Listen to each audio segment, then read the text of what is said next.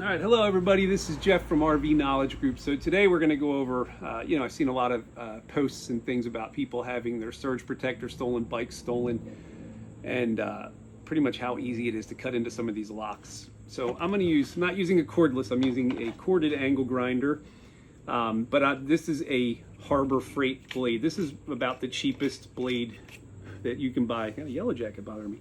That you can buy on the market. They don't last long, but I'm willing to bet that it's going to get through these master locks, 2 different sizes, pretty quickly. And then we're going to see how quickly it can go through this little tiny chain, which is probably about the size that people would use to lock up their surge protector to the pedestal. And this is honestly just, I think, a swing chain that you would use on a playground. So let's see how it goes.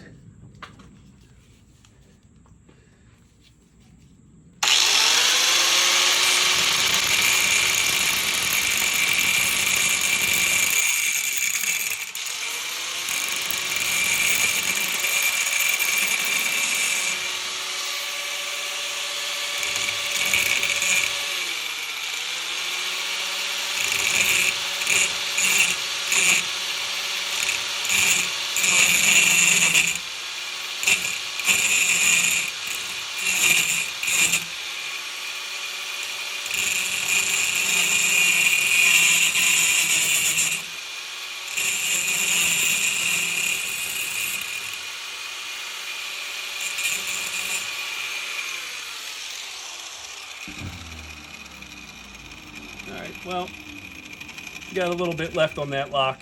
It went almost through. And I left it dangling for a purpose because it's rarely going to be tight. But that's almost all the way through. And I don't know what that take, a couple seconds. Let's try to get it all the way.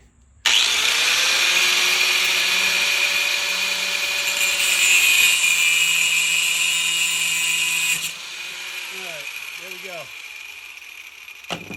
Maybe 15, 20 seconds. Your lock's busted. These are pretty cheap locks, these master locks. A lot of people say you can open them by banging them with a hammer. We'll try the thicker one. See how that goes.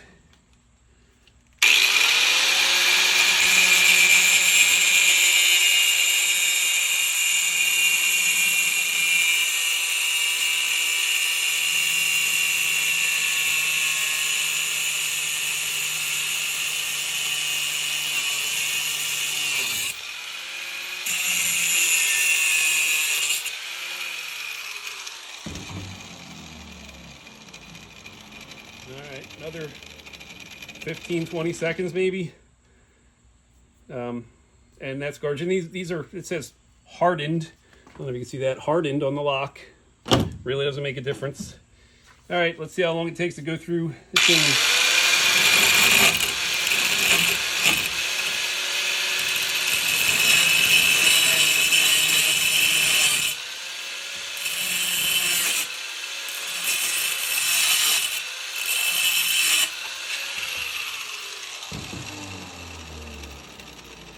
All right, so you saw that maybe took another 15 seconds, and that chain has been busted.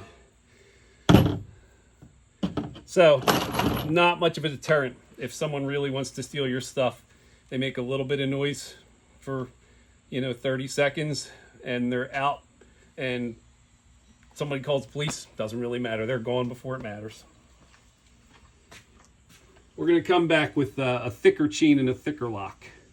By the way, as I said, cheapest blades, that thing's already down to about 3/4 of what it originally was, but it doesn't take a great blade. All right, we're back again. Obviously, we'll leave this maybe kind of in the picture here. So those were all defeated within about 10, 15 seconds each. Much thicker chain, much thicker lock. Same exact grinding disc from Harbor Freight, already beat up.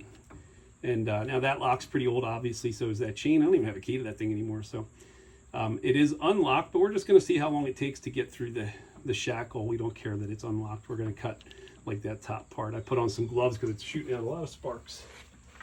And I have to hold it, and these get very hot.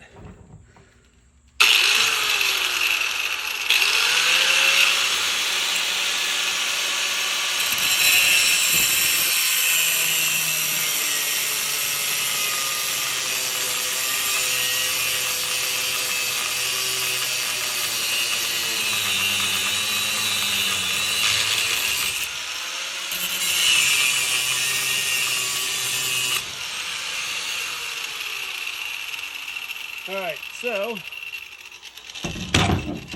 on that one, that's the part that was not locked, and you know, it just came apart. So that, I don't know, what, another 15-20 seconds before you can bust into that. Let's see how the chain holds up.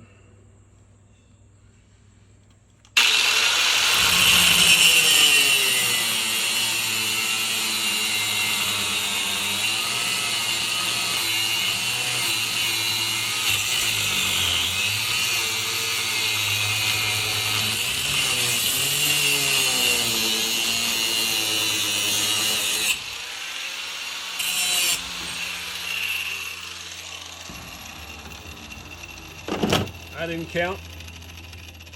I'm assuming that was on the order of about maybe 20 seconds. And that chain and lock have been defeated. So, moral of the story here, it doesn't take much. Doesn't take much time, 30 seconds, for these guys to defeat what you think is a very good chain or a very good lock, because they make them look so thick and robust. Honestly, these are junk locks. So when you see online that some places are charging $100, $150, $200 for some of these locks to protect your e-bikes, they're worth it. However, even the best locks were tested. The New York City Police Department tested locks, and the best ones that they could find didn't even last a minute against cordless angle grinders with a much better cutting wheel than I have. So yeah, a determined thief is going to get your stuff. So buy better stuff if you really want to protect your items.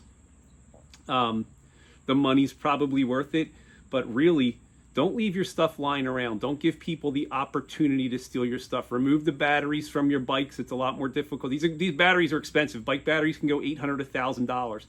Remove the batteries from your bikes so that they're worth a lot less if they do steal them. Keep your bikes, you know, in your truck or something where it's a little harder to get them. If you set up one of those bike tents at your campsite, a lot of people, if they're driving around looking for opportunity, that tells them you probably have bikes in there. And so you're kind of making yourself a victim. So, you know, just do whatever you can to protect yourself. This stuff is not protecting you at all. It's junk.